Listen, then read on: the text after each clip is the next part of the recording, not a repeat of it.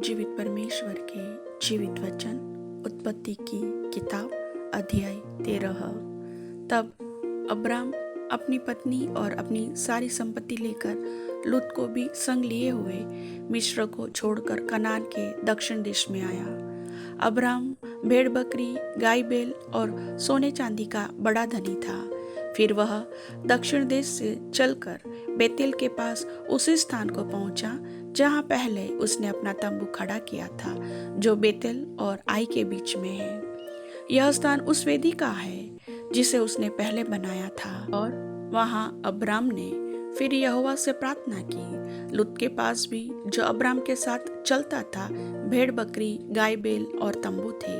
इसलिए उस देश में उन दोनों के लिए पर्याप्त स्थान न था कि वे इकट्ठे रहे, क्योंकि उनके पास बहुत संपत्ति थी, इसलिए वे इकट्ठे न रह सके। सो अब्राम और लूत की भेड़ बकरी और गाय बैल के चरवाहों में झगड़ा हुआ।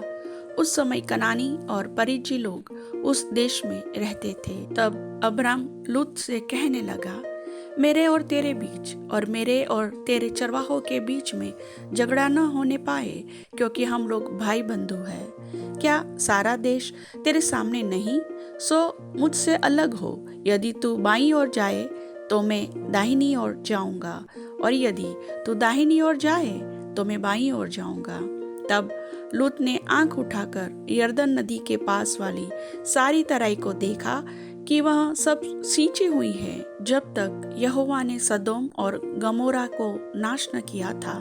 तब तक सोअर के मार्ग तक वह तराई यहोवा की वाटिका और मिस्र देश के समान उपजाऊ थी।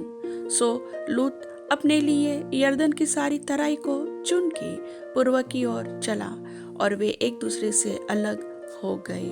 अब्राम तो कनान देश में रहा, पर लूत उस तराई के नगरों में रहने लगा और अपना तंबू सदोम के निकट खड़ा किया। सदोम के लोग यहोवा की दृष्टि में बड़े दुष्ट और पापी थे।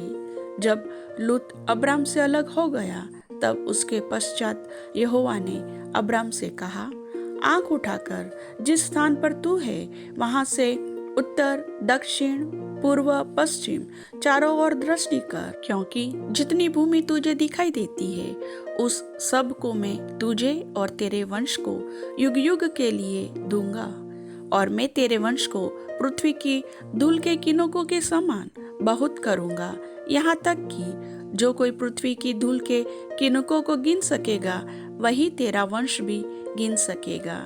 उठ, इस देश की लंबाई और चौड़ाई में चल फिर, क्योंकि मैं उसे तुझी को दूंगा। इसके पश्चात अब्राम अपना तंबू उखाड़कर ममरे के बांज वृक्षों के बीच, जो हेब्रोन में थे, जाकर रहने लगा, और वहां भी यहोवा की एक वेदी बनाई।